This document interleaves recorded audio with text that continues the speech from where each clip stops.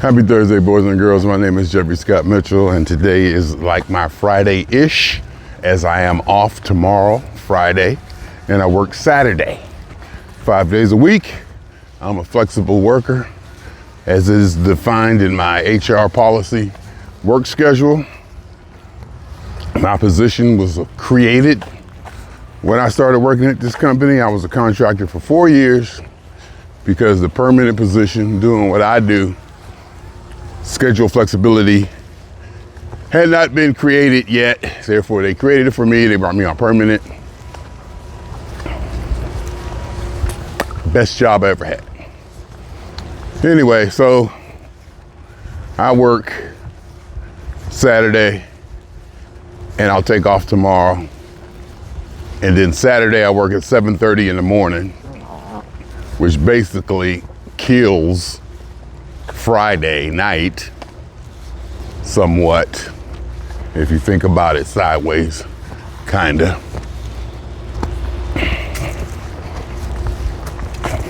But I was thinking, as I'm walking out here again, going, why the hell am I doing this? Why the hell am I doing this every damn day? Why do I look forward to doing it? Why do I get excited about getting on the scale or attacking the number? It is motivating, and it's a routine that I'm used to, so it's comfortable. I can just get out here, pretty much go on autopilot, and just go. I know what the job is. I know what needs to be done. It's familiarity, so I just go. Throw on the sauna suit, just go, start walking. There's a couple places every time during this walk where I see how far I have to go, or if I'm just starting out, there's like a long stretch I can see, and it feels heavy. It feels heavy, even though I've done it hundreds of times. Every time kind of feels new, and I like that about me. Maybe for me, a lot of things I do, even though I do them repeatedly, feel new, like it's the first time I'm doing them. Maybe I'm tricking myself into doing that. Maybe I'm blessed to be able to have that ability. Maybe to experience life over and over and over like it's new is the goal, like a child. Everything is so fascinating and alive and vibrant and encouraging and new and exciting. I also was thinking, this LA Maggot thing, what we doing out here with the musicians and where we have our backyard jams, the level of musicianship, and I have to factor in the fact that it's funk. For me, I mean, you know, everything is about self. I'm 100% Jeffery Scott Mitchell subjective. So the fact that I love funk, and this is happening, playing the music that I treasure, the music that I treasure being played by people who play the music that I treasure the right way. Right way. Purely Jeffrey Mitchell subjective again. The right way ends at the tip of my nose. The only thing that matters to is me. That's all that counts. That's all that counts. To be out here and to go through this, and we get together and have like the Charlie Lake Backyard Jam and Oldies Jam, Sir Funk's Jam, and Danny Ritter's Jam, Sarah had a jam. Bluefoot started it all off years ago.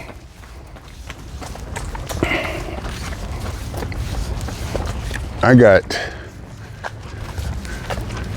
maybe a couple dozen or so, if not more, funk jams recorded, some with fairly decent audio. Of course, they're backyard jams, so they're kind of raggedy as far as the playing, which I like. It's not completely orchestrated, it's not sanitized. There's people out there doing it, and every now and then, they'll hit something or hit a riff or hit a groove, and that's what I'm into. Capturing that moment when a spontaneous groove comes down. Then, of course, P-Funk music being a basic foundation for the music. LA Maggots is the group.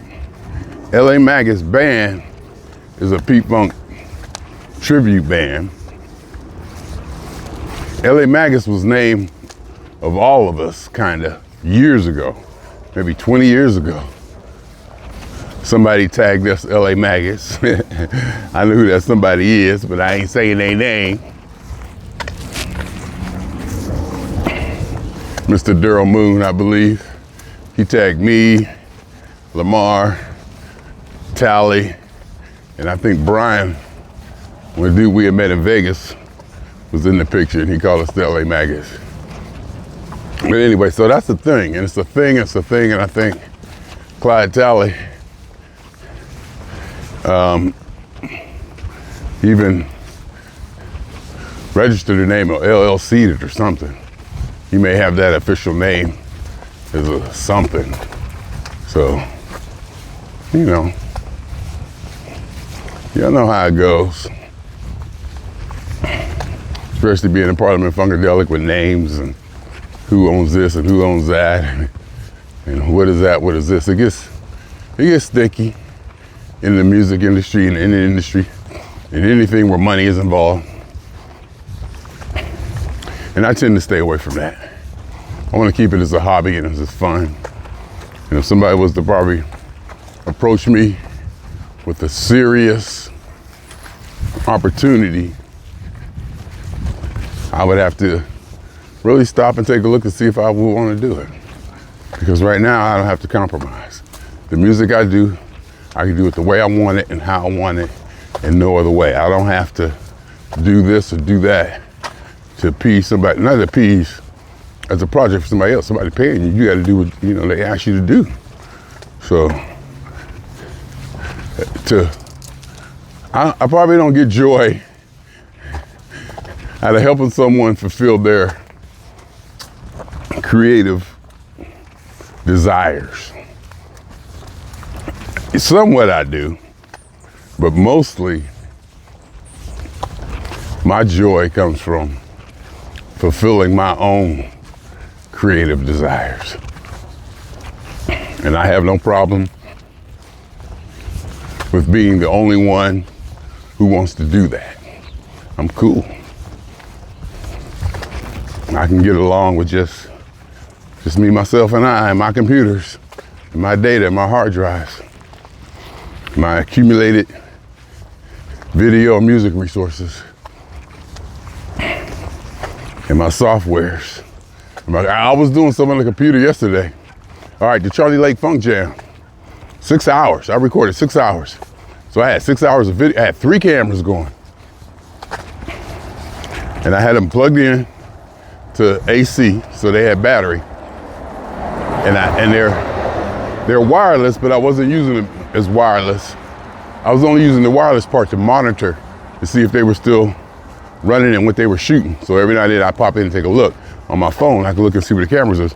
So I put them on these little clips so I can position them around the yard to shoot, what was going on. I got 3 cameras. So I had 3 cameras, 6 hours of video each.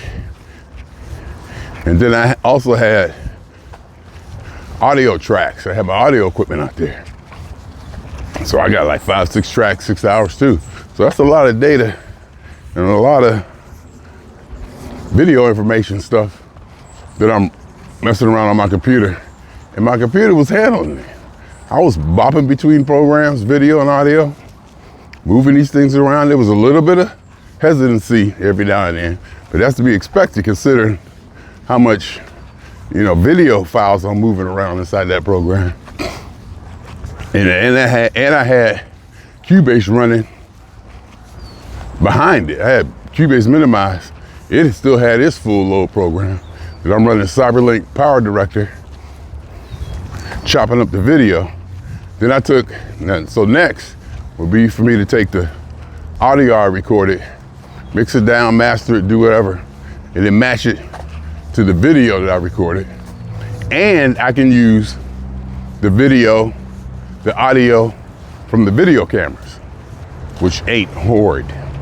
It's not bad at all. And I had my Tascam DR40, my portable recorder, my portable digital recorder, recording too.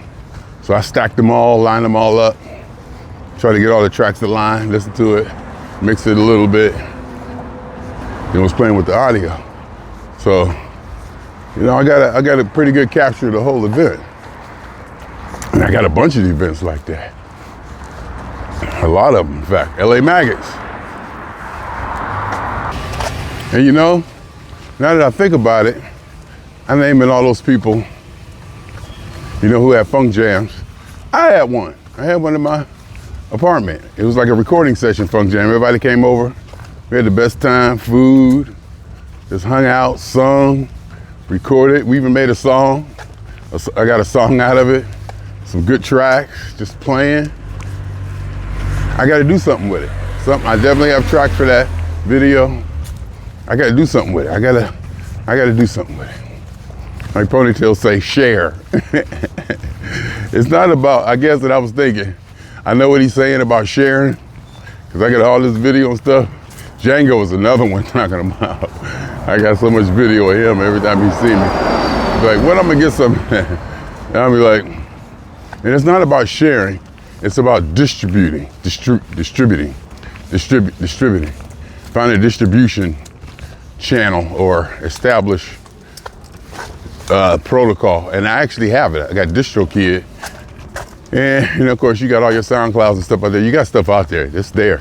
I just need to I want to get it in a manufacturing assembly line type process or procedure where I take said content, video, music, audio, and put it in and churn out something. I just want to get into for some reason I want to see myself get into an assembly line like process instead of just taking one and doing it and see what happens. I'm just always, I saw a video yesterday too, from a year ago, and all I'm doing is talking about making videos. I've been working on making videos for so long. It was like last year. I'm testing out microphones. Year before, I'm testing out microphones saying this is just a test, blah, blah, blah. Funny, some of the video that I shot back then looks better than the stuff I'm shooting now. Not because of the technology or anything, but because of the work I put into it. I put a lot of work into the backgrounds and the effects on some of the stuff I did back then. And I think I'm getting away from that for some reason. Going with more simplistic types things. I don't know, but it's all about the process. It's become about the process with me. But anyhow, yeah, we had a funk jam at my house. And I have recording sessions all the time. I got maybe hundreds of recording sessions of people, and I keep them all. I got them all. So if you ever recorded with me, more than likely, I still got a copy of it. So I'm just accumulating all this stuff, and I should, or I want to, I feel I have a strong inclination to create an institution or I guess I want an institution because I want it to keep going forever, to create a repository or distribution or offering where this stuff can be out there for people to get to. And as I said before, I'm not so much worried about how many people get to it, who gets to it. It's more about having the opportunity. Don't let my life go away or whatever without and having this stuff locked up on my computer where nobody can get to it. That's one of my biggest considerations or concerns. All my data being locked up and nobody being able to get to it. In fact, I just got some of my chill ran over my body thinking about it. And I probably will start looking back into making sure people have the information they need to get to my stuff, even if it's in a crude and elementary way. You got to at least give them an opportunity to get to your stuff, and hopefully they'll figure it out. Whatever you don't lay down explicitly, hopefully they can figure out. But hopefully I'll lay down the stuff that I want explicitly done, save where my, not necessarily where the money's at, property, you need to pay this, you need to pay that kind of stuff. But more, these tracks are here. Make sure, see if this is what program did this is how you open that, this is where that is, this is, the video. Probably need to make a journal or an index. Yeah, I need to make an index. I need to make an index and publish it. That's what I can do. I can make an index and publish it. That way everybody can see their names and all the data and stuff. And should they want to access or retrieve any of that, there should be a means put in place to do that. Something like that, But anyway, it's just, what we doing out here is good. What we doing out here is good. I don't think, I go back to Ohio and it's kind of nice back there. It's this and that. And with the pandemic, things weren't popping off like they were. So location didn't mean so much because wasn't nothing happening. Because where I'm at, I'm paying some money for a 1-bedroom, but I'm gladly paying. I'm not complaining. I'm happy. I like the number. I like where I'm at. I feel I got a good deal. Apartment feels safe. Area feels safe. What was I saying? I was talking about spending money, paying all this money or something. Oh, moving. Move back to Ohio or someplace else where it's cheaper. And because of the pandemic, location didn't matter. But stuff's starting to jump off, and like coming up this month here, 3 P-Funk shows, a 420 Funk Mob show, Funketeers Ball. Well, that's a flight, flying somewhere else. There'll be Steeler games. But just in this area, well, maybe just in this area, 2. Well, maybe one thing. Two things. The 420 and the P-Funk at the YouTube Theater. Well, it's that, and it's also living close to an international airport to where I can take public transit. There's public transit back and forth to the airport. It's readily available. And Spirit Airlines has good routes out of LAX. I got a good balance right now. Like I had a good balance when I didn't own a car for 10 or so, for all those years, and I was renting, and I had a hookup at the Enterprise around the corner from me to where I could just walk over there and grab a car at a super discount because they all knew me. And then their prices went up. And I was like, weekend special went away. I was like, Time to buy one. I'm not paying that much. And the reason I bought a car, it's not so much that I needed a car to go anywhere, whatever. It's just that on the weekends, even if I got at $9.99 a day, weekend special, I could get a car. And even if I didn't drive it, just having it, the option was worth $20 a weekend. But now they went up. See, if I rent a car and I need it, it's okay at $19 a day or something. It was something like that. It went up. If I rented a car, it'd have been okay at that low price. But I wasn't paying that much to rent cars and have them sit in my garage and not go nowhere. That would upset me. That would upset me. The way I'm looking at it, paying $60 a weekend, $20 a day for rent a car, if I have something to do, is not a problem. Paying $20 a day for a rent a car that just may sit in my parking lot for the whole weekend was the problem. That part is just bugging me. But right now, it's all about having my own vehicle for the since 2018, Halloween 2018, and the upcoming road trip. I still love my vehicle. I still love that Jeep. Every time I drive it, I love that Jeep. I drove, like during those rental car periods, my rental car period when I was renting cars, I drove every kind of car.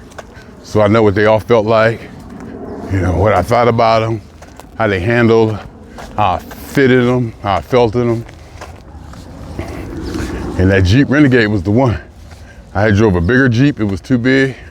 I drove a different Jeep, I think the Compass or something, and it was different, it was weird or something. It didn't have the same feel. This Renegade had a feel to it that was just, I was like, wow. So when it came time to buy one, I walked up the street and bought one. Literally searched the whole country for the best deal. Was looking for 2017s or 2018s. I wanted the late model. Was even gonna settle for a 2017. But I found the best deal. Basically, the way I'm telling the story, the best Jeep Renegade deal was right up the street at Russell Westbrook's dealership, which is like literally on my walking route. So I got up the next day, I called them, I made a quote online. I got a good number. I was like, hell, I'll pay that number, you know, for a brand new car. No negotiating, no talking to nobody. I sent it over. I called them. I said, hey, I want to come in and look at this. He said, okay. So I got up next morning, did my steps as usual. On my way back, went and bought a car. It was cool. I then just drove home. No, I think I had to walk home because they had to do some stuff. I couldn't take it, but I wanted it that day because I think the LA Maggots was doing something the next day or something. I wanted my car. I wanted that car. You know how you get that taste in your mouth for it, and it's like right there, you want it. So I got it. So say all that to say this. Road trip coming up Friday. It's gonna be good. I'll take Friday off, drive to San Diego or Apollo Casino, hang out there for a little bit, do some stuff. And now that I think about it, I might work some that day and then take a half a day, save some of them PTO hours. But we'll see. Drive down there, do P-Funk on a Friday, August 12th, turn around, think I'm gonna leave there. I was either gonna get a hotel there or just leave there, drive to my mother's, because it's kind of on the way to Vegas. Stop at my mother's, crash there, get up, go on to Vegas. Come think about it, I ain't even got a room in Vegas yet, I don't think. See, all this stuff adds up. You gotta remember, I gotta make sure I got days off for months ahead. I got room reservations, rental cars, travel vouchers. I was just thinking about travel vouchers. I'm like, do I got any travel voucher money on Spirit? And I started thinking about my system and my process to make sure that I note or I can find all my credits for flying and stuff companies owe me. But anyway, so that's gonna be fun. Then drive back from Vegas Sunday. It's gonna be good, it's gonna be good. I'm looking forward to that. Looking forward to the drive. Damn, I just thought about flying. I don't wanna fly. I don't wanna fly. I don't wanna fly. Cause hell, flying, get to the airport 2 hours before my flight.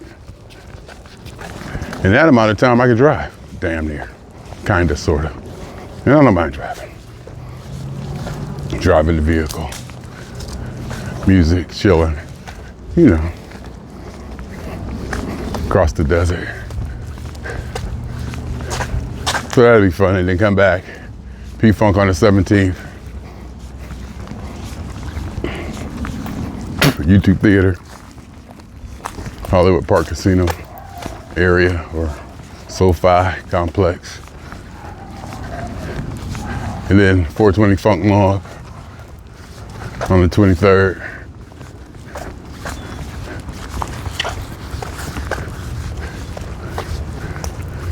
Funketeers Ball, September 10th.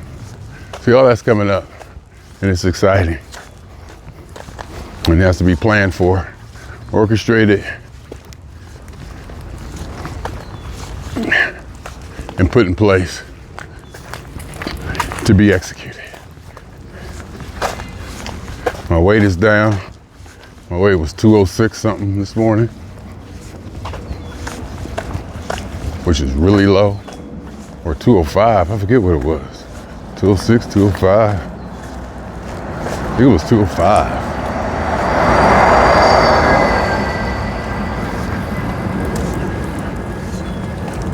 So if I lose my 4 pounds that I usually do on these walks, and this feels like a heavily sweated walk, I should lose a bunch. So I could be down in 201. I should definitely be 201 something. And if I act right tonight, and I get up tomorrow on my day off, and I do my morning steps, and then come back and indulge after my morning steps, that would be nice. I was even thinking about getting up early. How about that? Getting up early, getting out there, getting them done to see how it feels. They have to lengthen the day. Getting up early, doing it. Doing my steps like a normal a work day. Walking damn near 5 miles. Then come home, eat my regular breakfast, or eat a small breakfast. And not just start the day in complete indulgence. Cause I got ribs in there. I got ribs and wings, brownies. I don't have any shoestring French fries, but I got tortellini. I got stuff. I got stuff. And more, less and less, fast food. I barely even think about fast food anymore. I was thinking Chipotle, or maybe Mexican tacos, but I'm more like manwich, getting something to cook. I don't know why. Food is better. I'm just more like into getting something to cook, you know, instead of going to grab a burger, a fat burger, In-N-Out burger. Augusta's fried chicken, that's another thing. It's a totally different story. Anyhow, swinging on y'all 2 times. For me, for the funk. For every elementary particle that's ever existed in any atom, in this, or in any universe that ever was, is, or will be. It's about the totality of it all, y'all. A theory of universe and hypothesis of all as one. My name is Jeffery.